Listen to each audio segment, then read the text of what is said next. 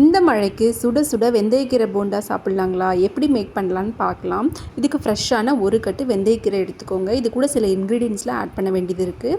4 பெரிய வெங்காயத்தை நீள நீளமாக கட் பண்ணிவிட்டு அதை ஒரு பவுலில் சேர்த்துக்கலாம். இது கூட கொஞ்சம் கருவேப்பிலையும் கொஞ்சம் மல்லி இலையும் குட்டி குட்டியாக கட் பண்ணிக்கோங்க. நான் காரத்துக்கு ஒரு பச்சை மிளகாய் சின்ன சின்ன கட் பண்ணி சேர்த்துருக்கேன். 1/2 ஸ்பூன் இஞ்சி பூண்டு பேஸ்ட்டு, 1/2 ஸ்பூன் சீரகம், அதுக்கப்புறம் கொஞ்சம் கரம் மசாலா சேர்த்துக்கோங்க. கொஞ்சம் மஞ்சள் தூள் சேர்த்துட்டு காரத்துக்கு ஏற்ற மாதிரி கொஞ்சம் மிளகாய் தூளையும் சேர்த்துட்டு கொஞ்சம் உப்பு சேர்த்துக்கோங்க. கடைசியில் கொஞ்சம் பெருங்காயத்தூளையும் சேர்த்துட்டு வெந்தயக்கீரையை வாஷ் பண்ணி குட்டி குட்டியாக கட் பண்ணி சேர்த்துருக்கேன். ஒரு 1/2 கப் கடலை மாவு சேர்த்திக்கோங்க. 1 டேபிள் ஸ்பூன் பச்சரிசி மாவையும் சேர்த்துக்கிட்டு லைட்டாக தண்ணி ஊற்றிக்கோங்க. அதுக்கப்புறம் இது கெட்டியாக தான் நமக்கு பிசையணும். அப்போ தான் எண்ணெய் நிறைய பிடிக்காமல் நமக்கு போண்டா ஷேப்பில் நல்லாவே போண்டா குக்காகி ரெடி ஆகும்.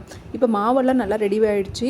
இதுக்கு நீங்கள் நல்லா உருட்டி எடுத்து எண்ணெய் நல்லா மிதமான சூடில் நல்லா ரெடி ஆனதுக்கப்புறம் நீங்கள் ஒன்று ஒன்றா போட்டு எடுத்து திருப்பி போட்டு எடுத்திங்கன்னா உங்களுக்கு வெந்தயக்கீரை போண்டா ரெடி ஆகிடும். இது சுட சுட நீங்கள் ஒரு 11 மணிக்கு டீ காஃபியோட வச்சு சாப்பிட்லாம். இல்லை ஈவினிங் ஸ்நாக்ஸாக கூட ரெடி பண்ணி சாப்பிட்லாம். இந்த மழையை ரசிச்சுட்டே இந்த மாதிரி போண்டா ரெடி பண்ணி சாப்பிடுங்க. Have a nice day. Thank you.